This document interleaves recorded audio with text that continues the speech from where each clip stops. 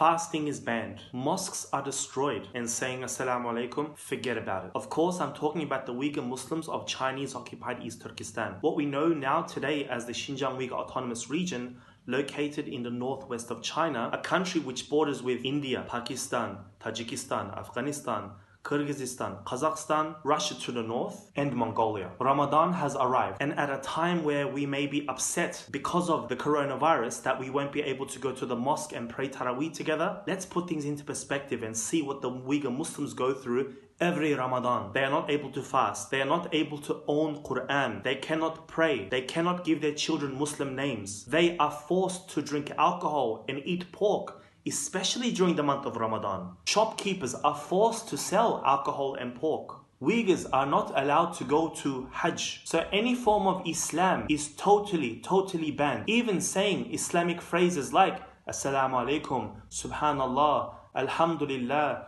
Allahu Akbar, forget about it. This will land you in a concentration camp. You may have seen in the media recently, the vast majority of concentration camps arbitrarily detaining Uyghur Muslims simply for having a beard or wearing hijab or practicing Islam in any way. These camps are the same, if not worse, than what happened to the Jews over 75 years ago.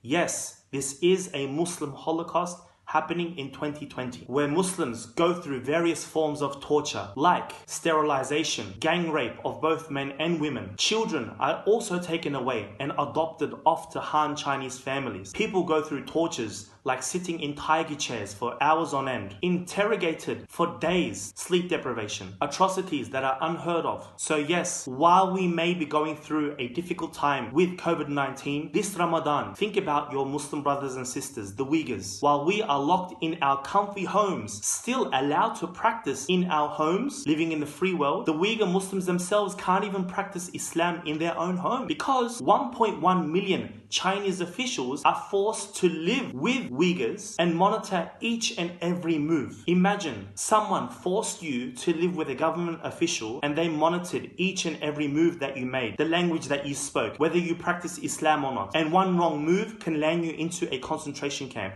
where you will not know whether you will come out alive or dead. And even the ones that do end up dying in these camps, we don't get the body back. You will not be able to give a janazah because they cremate the bodies to hide the evidence of torture. Another issue, halal organ harvesting. You may have heard of this term before. Halal organ harvesting is where organs of Uyghur Muslims are taken and sold off to the highest bidders in the Middle East. You can do your own research about all the things that I've talked about because it has been well documented by Western media and well-known human rights organizations all around the world. Well, what can you do as a regular Muslim or a regular human being? Join us in the fight against China. We all have access to social media. Apps like Facebook, Instagram, Twitter, all these sort of social media apps that we take for granted are absolutely banned. Follow us on our page, Talk to East Turkestan. Follow our Twitter, @Arslan_Hidayat, and share the work that we do. Do your bit. You know, sometimes we take things like social media for granted. You have to ask yourself, why does the Chinese Communist regime ban all those apps that I just mentioned? Because they want to hide the truth. They want to save face. Well, we need to show the world just how murderous this Chinese regime actually is.